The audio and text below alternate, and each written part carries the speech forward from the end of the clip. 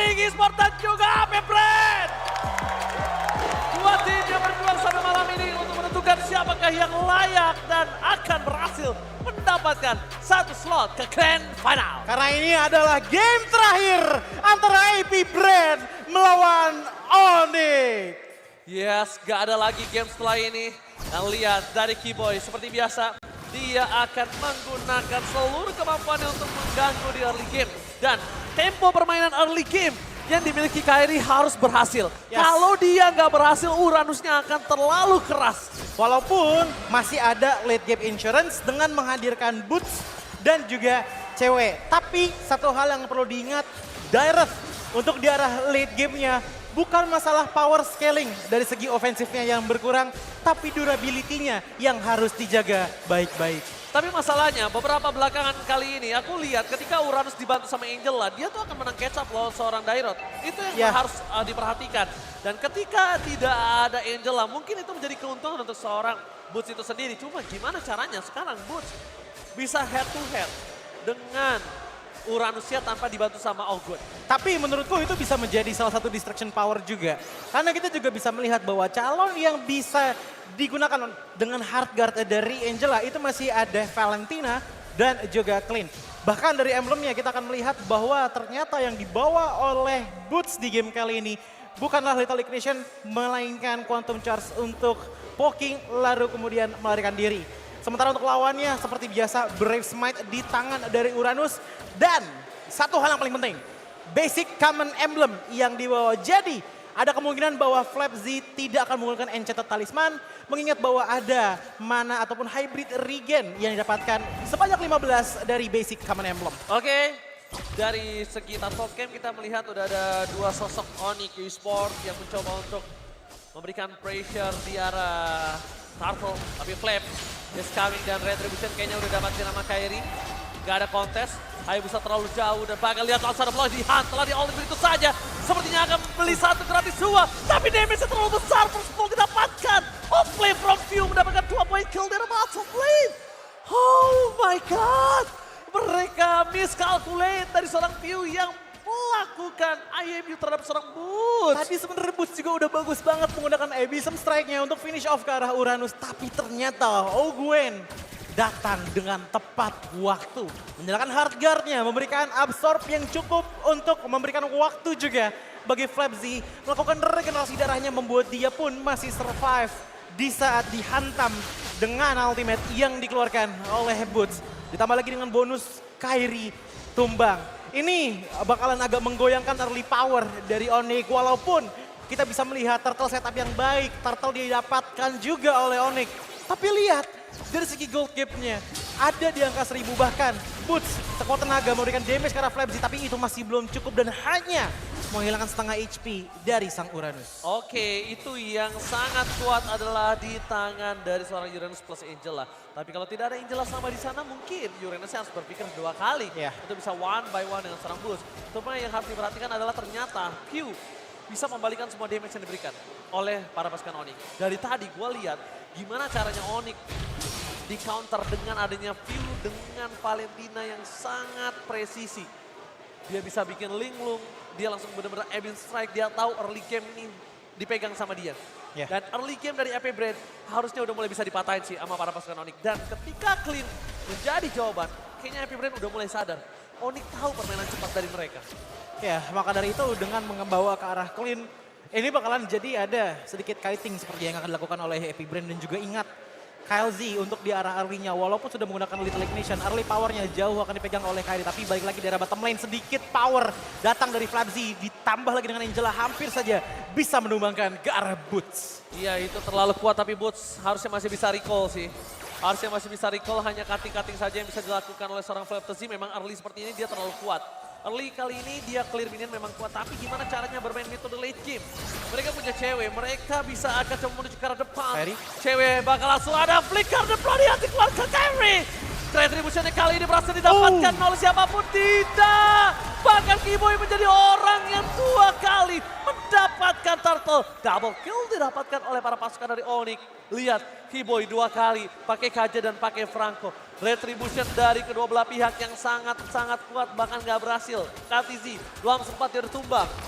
Iya, tapi balik lagi ini 2 kali sudah terjadinya pertukaran antara Kairi dan juga Turtle. Menurutku untuk power dari Kairi mungkin akan dihambat dari segi perolehan XP dan juga goldnya. Tapi di sisi positifnya Sans sudah mendapatkan 2 kill.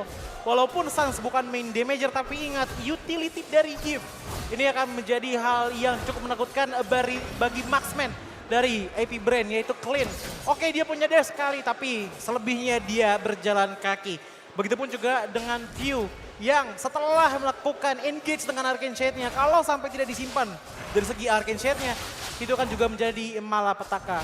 Mungkin yang masih bisa kabur dari powernya Sans, ada Flabzy dan juga Kyle Z dengan mobilitas hero yang mereka bawa di angka yang cukup tinggi. Tapi untuk rotasi untuk sekarang kedua belah tim, objektifnya masih sama-sama unggul.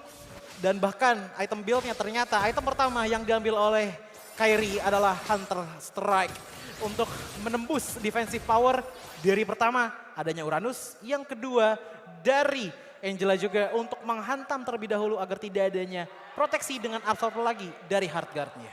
Kalau gue sih lebih lihatnya kalau Kairi ini akan bermain dengan punchernya ya. Yes. That's why dia butuh Hunter Strike, kali ini dia butuh moving speed. Karena kalau misalnya kita lihat ada 2 orang yang bisa sangat sulit dikejar. Ada View dengan Valentina, ada juga Flatzy dengan Uranusnya. Itu akan sulit banget untuk dikejar. Tapi gimana caranya dia bisa mengejar itu? Karena itu yang terlihat ketika Boots menggunakan Quantum Charge-nya. Mereka fokus untuk pengejaran, mereka fokus early game-nya nggak mau disetir. Dan posisi kali ini Turtle sudah dipegang oleh para pasukan AP Brand, tapi mereka belum melihat setup dari Onyx. Yang mereka lihat adalah Kiboy, dan jangan sampai Kiboy ini di all in kalau menurut gua. Iya, dan Kiboy, lagi Shell Gaming telah terjadi, mundur ke arah belakang, Kairi hanya memancing, Rodi Hunt dikeluarkan, tapi damage kali spree, yang terlalu besar diberikan adalah Blended Red from cewek! Kali ini berhasil mempergunakan backline dan bahkan satu pemain kill kembali terjadi diamankan oleh pasukan dari Onyx. Oke, 2 poin kill yang mahal Choi dan tidak ada power of retribution dari Onyx karena masih cooldown. Ya, ditambah lagi dengan 1 Tone Rose tadi yang sangat tepat waktu.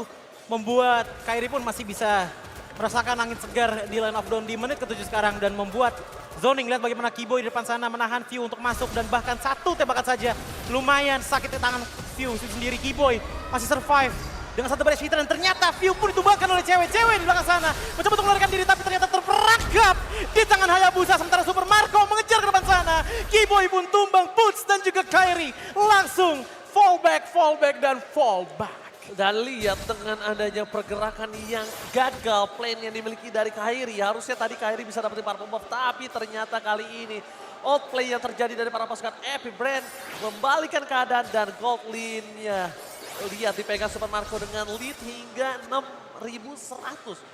Cewek masih coba untuk mengejar. Karena walaupun perfect turtle di tangan dari Onyx, tapi Super Marco bebas banget. Dia nggak diganggu dari segi farmingannya, semua bisa dia makan, Joji. Ya, dan bahkan dari tadi aku melihat bahwa Kiboy untuk beladihannya ini masih belum spesifik targetnya mau kemana.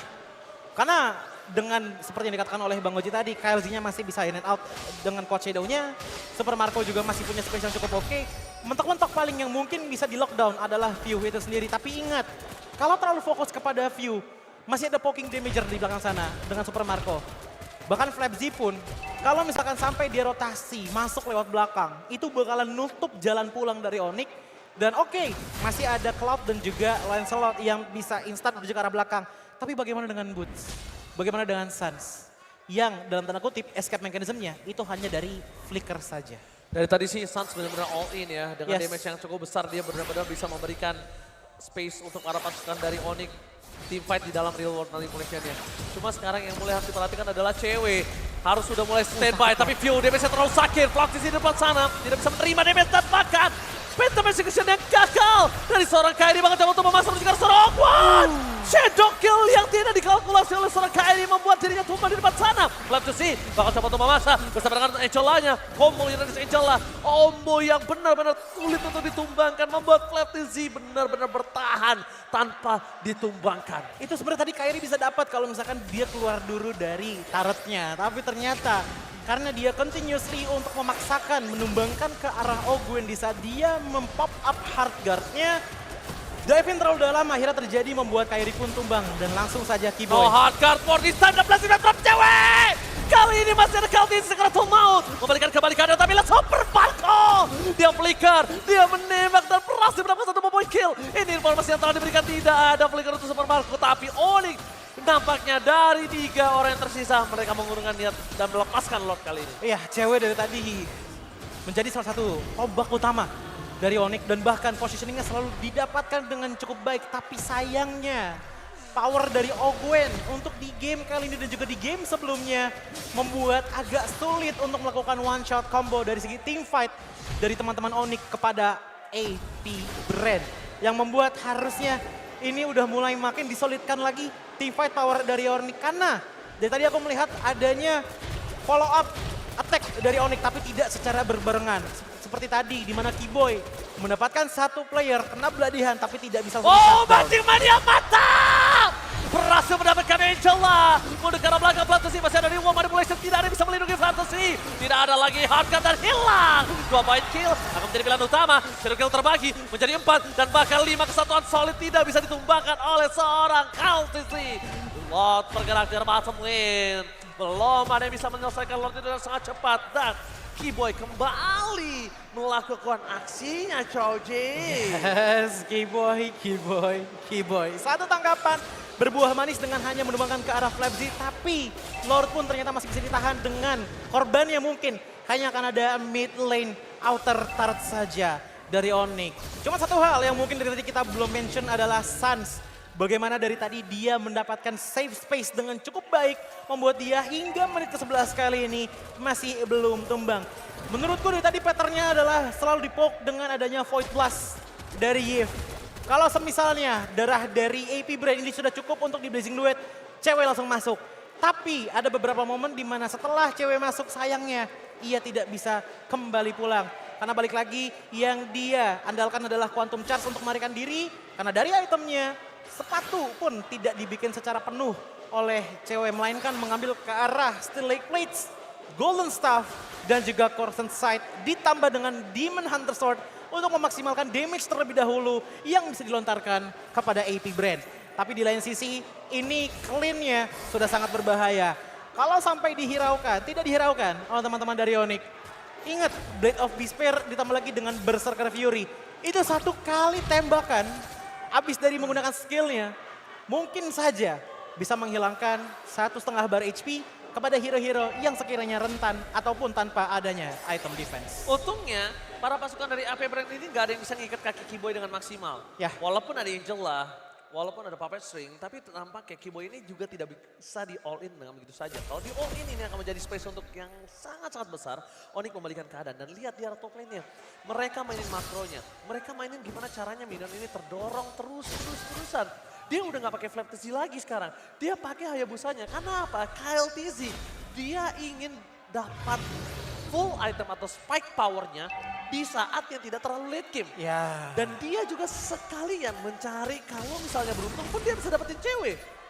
Kalau misalnya clean-nya Super Marco, ini tuh nggak bisa kemana-mana.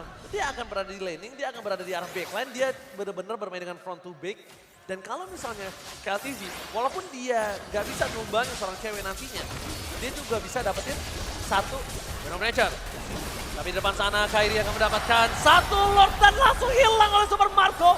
Damage yang terlalu besar, mereka mundur ke arah belakang. Flaptizi versus everybody, bakal coba dihajar begitu saja. Tapi Flaptizi damage-nya udah mulai harus diperhitungkan, hilang. Langsung ada damage dari Shadow Kill, terbagi menjadi 3. Mereka kill dapatkan, Sans sangat bertahan, tapi ternyata Sans still survive. Sans bertahan dan tidak tumbang. Almost is never enough, Joji. Wow, tegang banget permainan kali ini. Power dari Onyx, mereka berhasil menahan Flapzy di depan sana. Tapi lihat bagaimana dari bottom lane turretnya sudah mulai di-push. Cewek melakukan sedikit pushover dengan memberikan territorial menggunakan Blazing Duetnya. Mungkin satu hal yang harus di-note adalah Onyx. Menurutku ini ada beban berat di tangan dari Boots. Dia menggunakan direct. Dia bisa sebenarnya laning jauh ataupun 1v1 terhadap Uranus. Tapi satu hal yang mencegah dia untuk bisa melakukan split push dengan efektif adalah Angela. Karena sekalinya adanya 1v1 antara Uranus dan juga Boots dengan Dairothnya. Itu pasti banget bakal diproteksi dengan Heartguard, membuat mau tidak mau Boots bisa efektif kalau melakukan backstep. Seal gaming telah terjadi dan akan ada mancing mania gagal. Kairi fokus ke arah Super Marco. Langsung coba dilindungi dengan ada Heartguard tapi damage-nya terlalu sakit, tidak bisa dibentuk kembali. Mundur ke arah belakang Kairi. Dia bisa menerima damage dari Super Marco dan bahkan dipaksa begitu saja Choji. Flicker telah digunakan. Mereka memilih untuk menuju ke arah belakang. Bos terdeteksi. Gagal pulang, gak boleh pulang kali ini Buset dan akan menjadi korban ketiga dari keganasan AP Brand. Ini dia yang menjadi power paling besar di AP Brand untuk di game kali ini. Frontline-nya diisi sama Flap Z, ditambah lagi dengan adanya Ogwen. Di belakangnya ada Super Marco yang hampir tidak tersentuh dari early game tadi. Membuat, tadi sebenarnya udah bagus. Pergerakan dari Boots itu benar-benar dari belakang, pengen ngepenetrasi ke arah Super Marco terlebih dahulu. Tapi sayangnya, selalu ada Angela di sana, di mana Boots ingin melakukan backstep dan itu membuat beban yang cukup berat untuk bisa langsung melakukan pick off terhadap player-player dari AP Brand. Oke, kalau bisa dilihat sekarang mereka coba fokus ke arah Super Marco dan nampaknya Super Marco ini benar-benar terlalu kuat. Dia udah ada win of nature, kayaknya untuk di all in sama Kairi ini agak cukup berat. Mungkin yang bisa menjadi jawaban adalah Suns. Ya, Suns yang mungkin akan menjadi jawaban dengan spamming-spamming yang dia miliki. Dan sekarang, gimana caranya Onyx jangan terlalu terburu-buru menuju ke arah Super Marco. Kalau dia terlalu terburu-buru ini berbahaya Choji. Masalahnya dari tadi yang aku perhatikan adalah team fight-nya. Ini team fight berjalan. Karena ingat ini junglernya Hayabusa sama Lancelot. Pastinya akan ada banyak reposition. Dan itu menurutku agak merugikan bagi Suns. Yang dimana di saat dia menggunakan real world manipulation-nya, ya dia grounding. Dia nggak bakalan bisa bergerak kemana-mana lagi. Mungkin akan menjadi team fight yang sangat beneficial bagi teman-teman dari Onyx jikalau mereka bisa memaksakan team fight di area yang sekiranya itu cukup sempit ataupun cukup susah untuk melarikan diri. Contohnya seperti jungle area. Karena kebanyakan team fight yang kita lihat dari tadi itu kebanyakan ada di arah jalan laning. Yang dimana areanya sangat-sangat terbuka. Tapi kalau misalnya beberapa kali yang aku lihat sih, para pasukan AP itu nggak ada yang terpancing oleh Boots. Baru ngomong tapi ternyata mereka terpancing. Shadow Kill telah terbagi, Kairi menuju ke arah belakang, damage-nya terlalu besar, hilang begitu saja. Blessing Duet from cewek, memporak-porandakan backline dari para pasukan AP Brand. Tersisa salah juga cewek yang masih bertahan bersama dengan Sir K-Boy. Tapi tidak bisa terlalu lama, Super Marco too strong. 3-2 kali ini. Mampukah para pasukan Onyx mempertahankan damage mereka? Tapi lihat saat terpoking sedikit demi sedikit. Mereka akan mundur ke arah belakang. Dan real one manipulation tidak ada kali ini. Dan kemungkinan base akan menjadi pilihan utama oleh Super Marco. Super Marco too strong. Cewek karena blessing duet mereka harus menyelesaikan base-nya. Dan lihat, real one manipulation dibuka, dipaksa terlalu jauh. Gak bakal bisa. Oh, no, mereka membuy time. Di arah top lane mereka bakal coba dorong dengan minion yang mereka miliki dan dapat. Turretnya dapat Choji. Buy time dari Sun.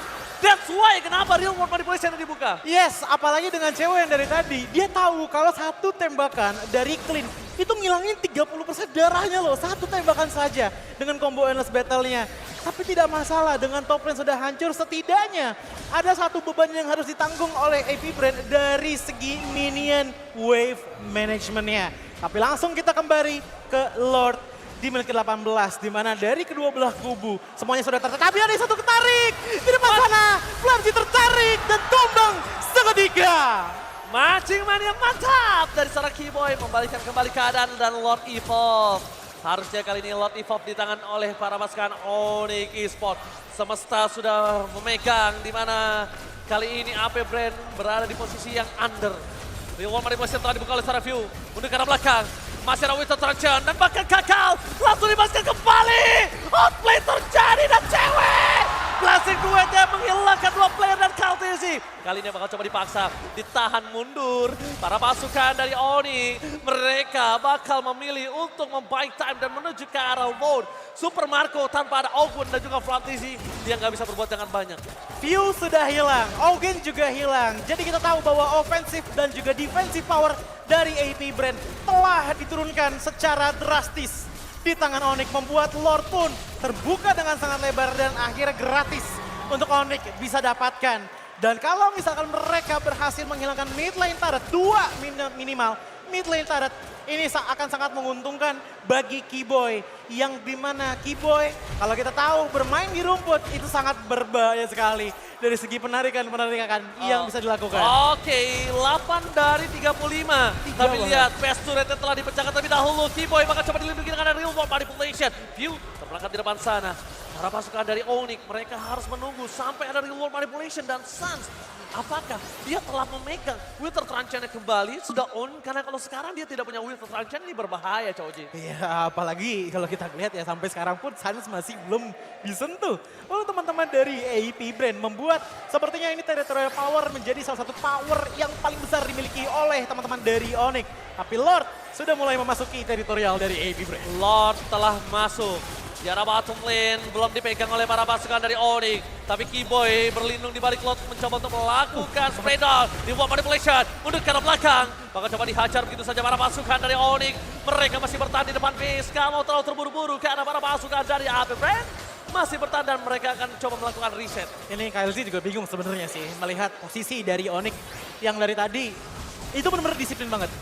Setiap team fight mereka selalu memikirkan solidaritasnya. Tidak ada yang berpisah terlalu jauh membuat KLZ pun sangat-sangat sulit mendapatkan pick off satu player dari Onyx. Walaupun dari segi itemnya ini udah komplit sebenarnya dari KLZ.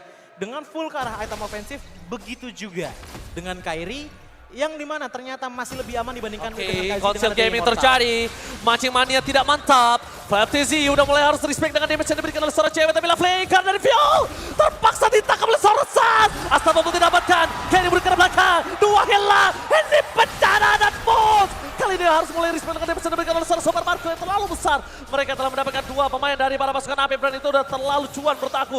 Dan bahkan Super Marco kalau dia memasang karena seorang Suns ini berbahaya. Kenapa? Damage yang cukup besar. Lihat itu Keyboy ditembak 2 bar. Gimana Suns?